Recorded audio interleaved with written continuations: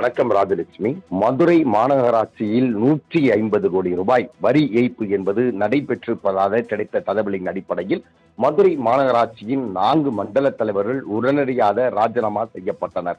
அதற்கு அடுத்தபடியாக இந்த வழக்கு என்பது பல்வேறு கோணங்களில் பல்வேறு நபர்களை நோக்கி பயணித்திருந்தது. இதன் அடிப்படையில் தான் நேற்றைய பொழுது சென்னையில் மேயரினுடைய கணவராக இருந்து கொண்டிருக்கிற பொன் வசந்த் கைது செய்யப்பட்டு தற்சமயம் மதுரை அரசு ராஜாஜி மருத்துவமனையில் கைதிகளுடைய பிரிவில் உடல் நலமின்றி சிகிச்சை பெற்று வருகிறார்.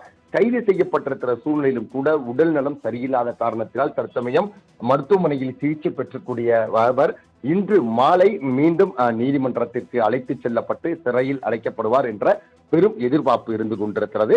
இதனுடைய அடிப்படையில் தான் மேயரின் கணவர் பொன் வசந்த் கைது செய்யப்பட்டதன் எதிரொலியாக மண்டல தலைவர்கள் குழு தலைவர்களைப் போல மதுரை மாநகராட்சி மேயர் இந்திராணியும் ராஜினாமா செய்ய இருப்பதாக தகவல் என்பது தொடர்ந்து நீடித்துக் கொண்டிருக்கிறது. இந்த தகவல் என்பது அதிகாலையிலிருந்து மாநகராட்சி மேயர் இன்னும் சில நிமிடங்களில் ராஜினாமா செய்ய இருக்கிறார் என்ற தகவல் ஒருபுறம் இருக்கிற பட்சத்திலும் கூட அதே சமயம் ஆணையாளர் மூலமாக மாநகராட்சி நிர்வாகத்தை நடத்துவதா என தீவிர ஆலோசனையும் நடைபெற்று வருவதாக தகவல்கள் என்பது வெளியாகி இருக்கிறது.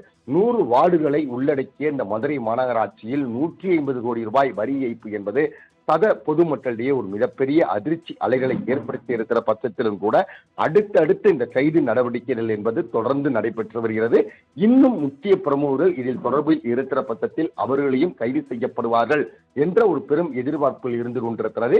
எது எப்படியாக இருப்பினும் இன்று மாலைக்குள் மதுரை மாநகராட்சியினுடைய மேயராக இருந்து கொண்டிருக்கிற இந்திராணி உடனடியாக ராஜினாமா செய்வார் என்ற ஒரு தகவல்கள் இருந்து கொண்டிருக்கிறது. அந்த ராஜினாமா ஏற்றுக்கொள்கிற பட்சத்தில் மீண்டும் புதிய மேயர் நியமிக்கப்படுவாரா என்ற கேள்வியிலும் இருந்து கொண்டிருக்கிறது. அவ்வாறு நியமிக்கப்படுகிற பட்சத்தில் பல்வேறு நபர்கள் பெயர்களுடைய பரிசீலனையில் இருந்தாலும் கூட வாசுதி என்று சொல்லக்கூடிய அதாவது மண்டல தலைவரில் இருந்து இவர் ராஜினாமா செய்யப்பட்டவர் தான்.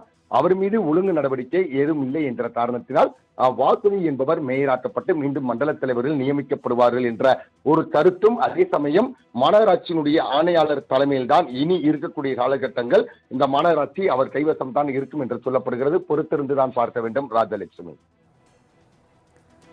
விவரங்களை வழங்கியதற்கு நன்றி மதிவாணன்.